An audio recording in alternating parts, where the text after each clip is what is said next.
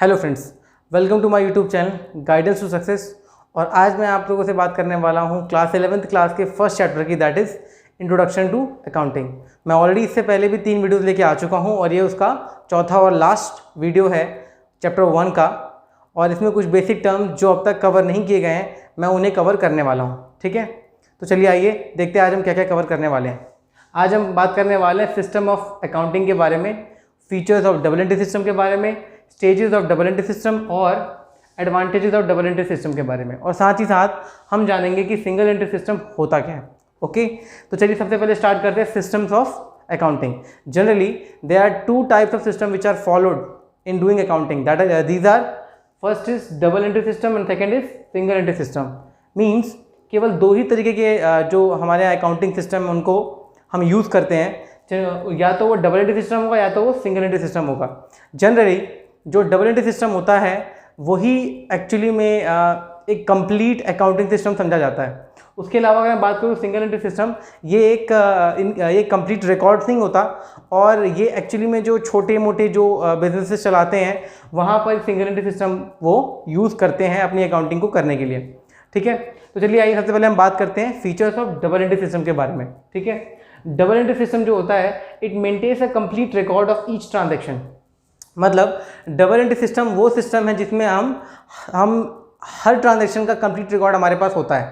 ठीक है, it recognises 2 fold aspects of every transaction. मतलब डबल एंट्री सिस्टम में हम both the aspects of a transaction को रिकॉर्ड करते हैं। बोथ एस्पेक्ट्स कौन कौन से हो सकते हैं? वो होते हैं डेबिट और एक होता है क्रेडिट। आपको पता है कि जो भी अगर आप कोई सामान, मानिए आप कोई सामान बेच रहे हैं, तो जब आप बेच रहे होते हैं तो आपने जो सामान बेचा है वो आपके पास से क्रेडिट हो चुका है और वहाँ से आपको पैसा मिल रहा होगा तो वो चीज़ डेबिट हो जाएगी।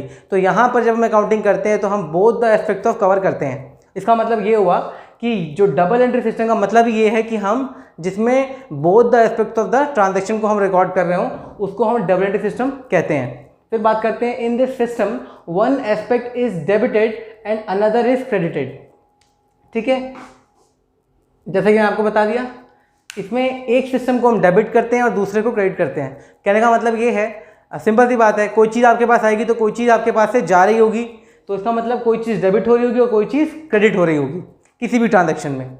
फिर बात करते हैं in all transactions amount of debit is always equal to the amount of credit. इसका मतलब ये है कि जो भी आप ट्रांजैक्शन कर रहे होते हैं उसका जो अमाउंट होगा जो क्रेडिट का अमाउंट होगा वही अमाउंट डेबिट का भी होगा। क्यों? क्योंकि अगर आप कोई सामान मानिए बेच रहे हैं, ठीक है, तो आप जितने का सामान बेचेंगे, ठीक है, उतने ही पैसे आपके पास आ रहे होंगे। ठीक है, और अगर आप कोई सामान खरीद रहे हैं तो आपके पास वो जो सामान आ रहा है उसकी वैल्यू तो आप वही लिखेंगे जितने में आपने उसे खरीदा है और जितने पैसे आपने उसके लिए दिए हैं। तो आप देख सकते हैं कि जो भी ट्रांजैक्शन होगा, चाहे वो आप डेबिट और क्रेडिट जो दोनों साइड होती है वो हमेशा इक्वल होनी चाहिए। ठीक है, फिर बात करते हैं हम लोग stages of double entry system.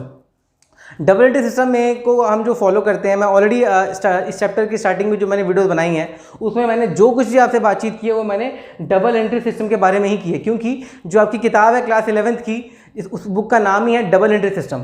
तो आपको पता है जब डबल एंट्री सिस्टम के ऊपर बेस्ड ही आपकी अकाउंटिंग है पूरी, तो मैं आपको ऑलरेडी बता चुका हूँ क्या कि सबसे पहले हम स्टेज 1 में क्या करते हैं, हम रिकॉर्डिंग करते हैं। रिकॉर्डिंग का मतलब होता है कि ट्रांजैक्शन को पहले आइडेंटिफाई करना कि वो मॉनेटरी टर्म्स में है या नहीं है, उसके बाद उसको रिकॉर्ड करना। और ये रिकॉर्ड करने के बाद जो हम क्या करते हैं, हम इससे बनाते हैं जर्नल्स।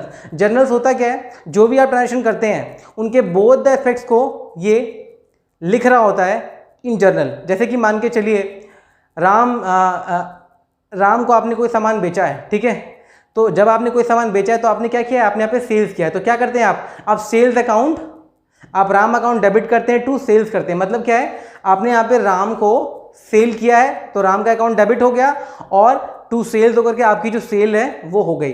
सेल्स का अकाउंट क्योंकि क्रेडिट होता है इसीलिए मैंने यहाँ पे टू सेल्स लिखा। अब आप देख सकते हैं मैंने एक अकाउंट को डेबिट किया है और दूसरे को क्रेडिट।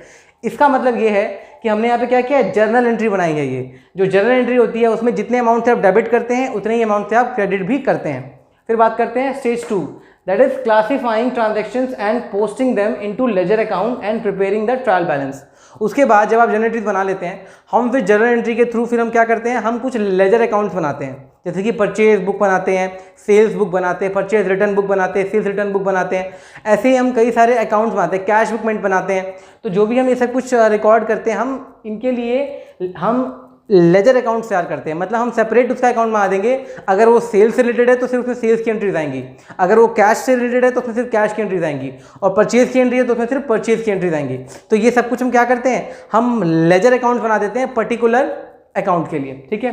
फिर हम बात करते हैं और फिर हम फाइनली बना देते हैं ट्रायल बैलेंस।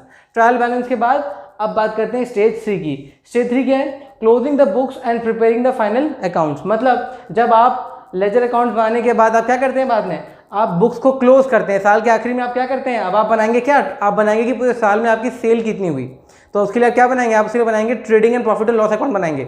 और उसके बाद फाइनली आप बनाएंगे बैलेंस शीट, ये पता करने के लिए कि जो आपका फाइनेंशियल स्टेटस है, फाइनेंशियल स्ट्रक्चर जो है आपका, वो at the end of the year क्या है, सो दैट कि आप बाद में कंपेयर कर सकें अपने पास्ट परफॉर्मेंस से भी और आने वाले परफॉर्मेंस को भी, ठीक है।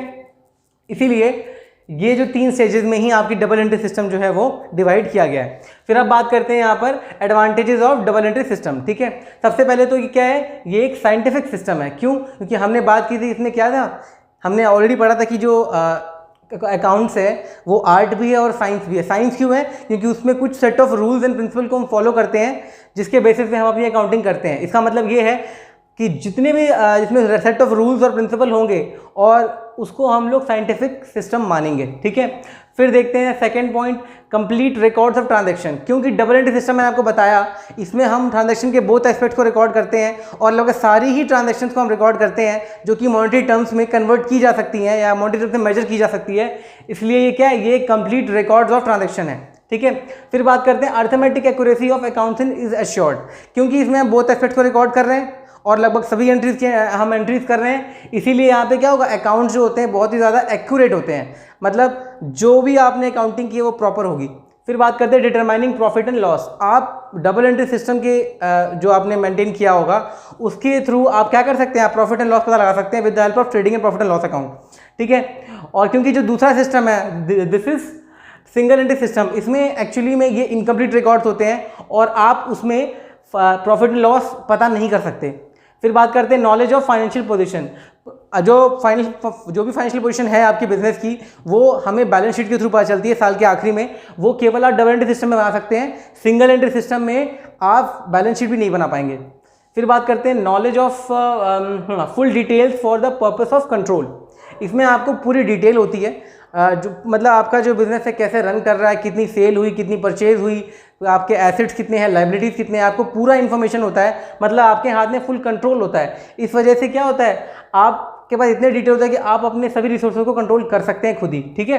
फिर बात है कंपैरेटिव स्टडी इज पॉसिबल। आप इसमें क्या कर सकते हैं, क्योंकि आप इसमें डबल एंट्री सिस्टम में आप लोग ट्रेडिंग अकाउंट बना पाते हैं, प्रॉफिट एंड लॉस अकाउंट बना पाते हैं और बैलेंस शीट बना पाते हैं। इस वजह से यहाँ पे कंपैरेटिव स्टडी जो है वो बहुत ही ईजी है।